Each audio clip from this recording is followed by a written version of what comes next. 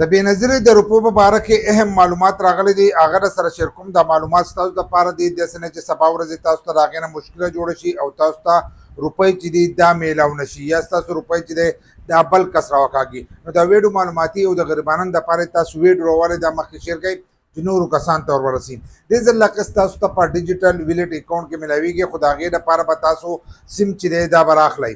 اول نمبر خو ستاسو دپاره سیم راغسته پکار دي چې سیم تاسو راواخلئ نو هلو به تاسو ته دغه روپۍ میلاویږي.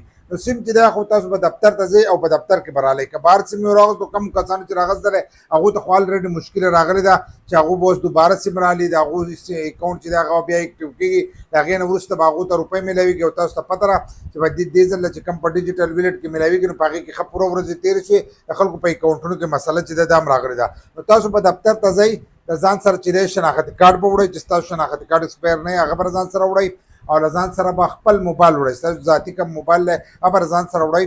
نو تاسو ته به سیم چې دی دا به تاسو ته میلاویږي. نو دغه چې دی دا به ستاسو سره لازمي.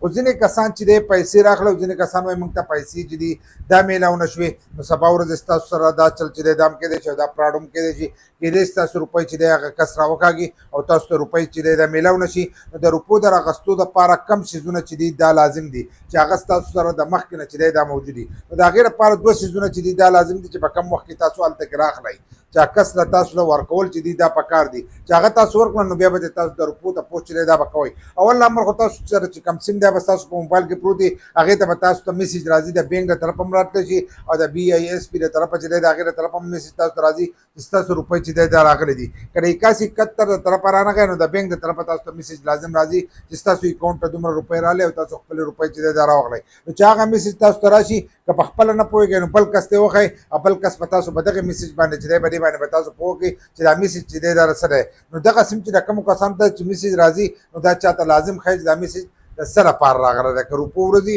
او روپۍ راغلی نو تاسو به د میسج په تر باندې چې دی په دې باندې به پته لګي. خو ځینې کسان لاړ شي نو هلته کې ورسره دوکه هم کیدی شي، که ستاسو روپۍ راوکاږي نو تاسو ته خو بیا پته نه لګي چې زموږ روپۍ چې دي دا چا راایستلې دي. نو تاسو چې هر کله ځئ او روپۍ راوکاږئ نو د هغې لپاره به څه چل کوئ، د هغې لپاره دوه څیزونه چې دي دا لازم دي. یو ستاسو دا ګوته بایومیټریک، دا ګوته چې تاسو ولګوئ نو تاسو ته په دې ګوته باندې چې دی تاسو ته روپۍ میلاویږي. چې کله تاسو ګوته ولګوله تاسو بایومیټریک وشو نو تاسو ته به روپۍ میلاویږي. بل لا چې د هغې لپاره شناختي کارت چې دی دا به لازمي چې ستاسو شناختي کارت ایکسپایر نه وي، هغه شناختي کارت چې دی دا به ځان سره وړئ.